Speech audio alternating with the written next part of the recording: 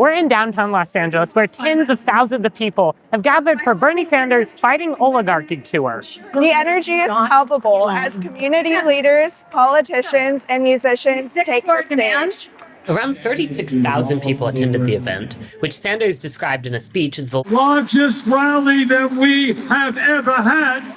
U.S. Representative Alexandria Ocasio-Cortez from New York joined Sanders in presenting a different vision for America than that of the current administration. We're living in a moment where a handful of billionaires control the economic and political life of our country. I'm talking about how we are living today in an oligarchic form of society. Rallygoers agreed with Sanders, including Simone Faulkner, who attended the rally with friends from UCLA. Or that's not how democracy should work.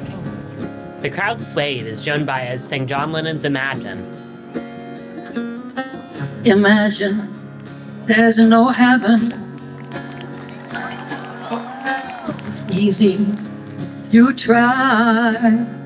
And cheered as singers Maggie Rogers and Neil Young joined Baez for several numbers, including a song urging rallygoers to take America back! Take America back! While the main speakers started at 1 p.m., people began crowding Grand Park as early as 9 a.m., with some arriving even earlier to secure a spot close to the stage. Some of us have been here since 5 in the morning. Gabriel Rich, an attendee, said the event brought up mixed emotions. I think it was, like, there was a lot of anger there, but I think it was a very hopeful anger. There is a path to a better future, that we can go and do something that actually makes a difference. In his speech, Sanders called for public colleges, universities, and trade schools to be tuition-free. He also highlighted recent attacks on students and the higher education system, criticizing Columbia University for conceding to the Trump administration's demands in order to regain federal funds, which were pulled for the university, allegedly allowing anti-Semitism.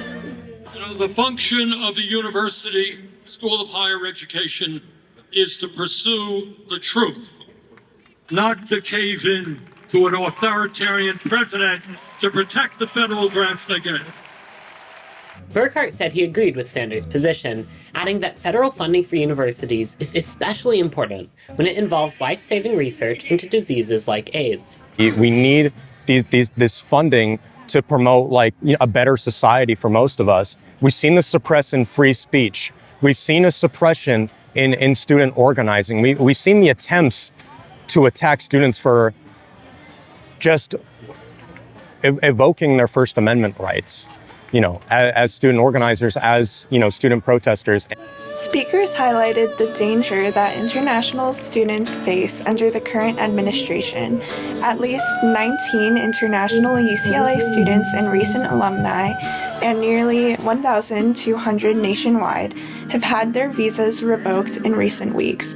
We must acknowledge the terrifying moment that we are in right now, and that what we are hearing and seeing with our own eyes is, in fact, happening.